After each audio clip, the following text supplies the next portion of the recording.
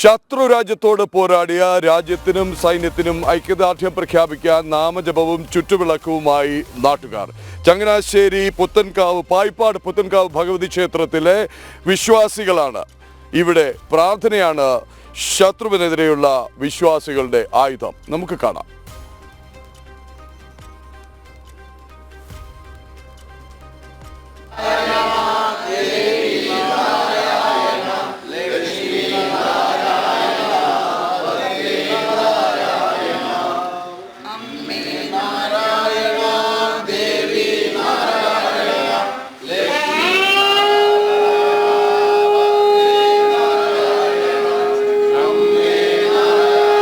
അടർക്കളത്തിൽ പതറാതെ പോരാടുന്ന ധീര സൈനികർക്ക് തലകുനിക്കാത്ത ഭരണ നേതൃത്വത്തിന് കരുത്താണ് ഈ നാമമന്ത്രങ്ങൾ.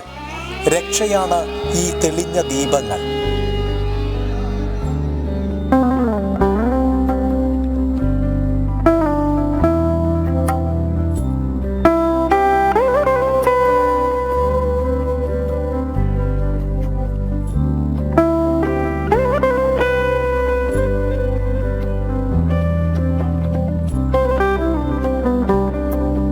ഭാരതാംബയ്ക്ക് മുന്നിൽ തെളിഞ്ഞ വിളക്കിൽ നിന്ന് തിരികൾ ചെരാതുകളിൽ പലതായി പകർന്നു. അവ പിന്നെയും 100 നാളങ്ങളായി തെളിഞ്ഞു. പായിപ്പാട് പുത്തൻകാവ് ഭഗവതി ക്ഷേത്രത്തിന് ചുറ്റും മിഴി തുറന്നു ദേശസ്നേഹത്തിന്റെ ദീപങ്ങൾ.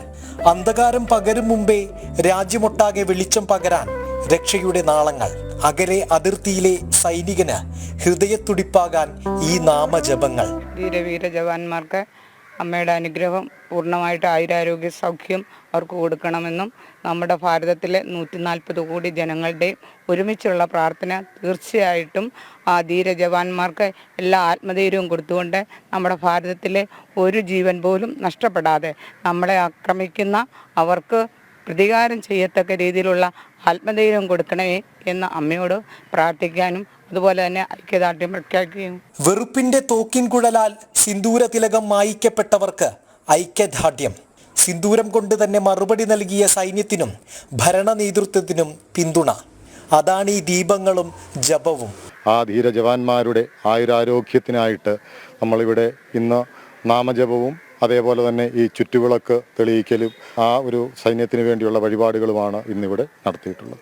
ജനത നൽകുന്ന പ്രാർത്ഥന അതിർത്തിയിലെ സൈനികന് നൽകുന്ന കരുത്ത് ചെറുതല്ലെന്ന് മുൻ സൈനികനായ ഇദ്ദേഹത്തിനറിയാം.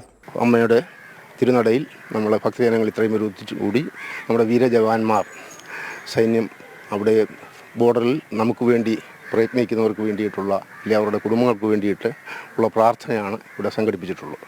ഉച്ചത്തിൽ നാമങ്ങൾ ഉയർത്തി ക്ഷേത്ര പ്രദക്ഷിണം. ഒരു ദേശസ്നേഹിയുടെ, ഒരു വിശ്വാസിയുടെ രാഷ്ട്ര പര്യടനം.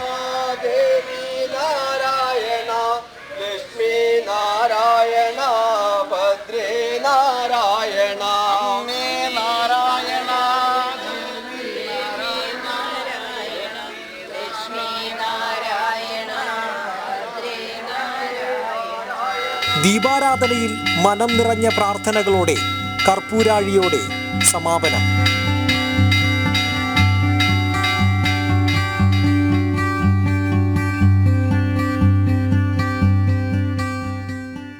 തന്ത്രം കൊണ്ടും ആയുധം കൊണ്ടും ശത്രുരാജ്യത്തിനെതിരെ മാതൃരാജ്യം പൊരുതി പോരാടി. ഒരു വിശ്വാസിയുടെ ആയുധം എന്ന് പറയുന്നത് പ്രാർത്ഥനയാണ്. ഇപ്പോൾ ഇവിടെ ഉയർന്ന പ്രാർത്ഥനയും ഈ തെളിഞ്ഞ തിരുനാളവുമെല്ലാം സമൂഹത്തിനും ഭാരതത്തിനും ഗുണം ചെയ്യുമെന്ന് തന്നെയാണ് പ്രതീക്ഷിക്കുന്നത്. ക്യാമറമാൻ വിവേക് ജീവനൂരിനൊപ്പം മിഥുനയ്യപ്പൻ, ജനം.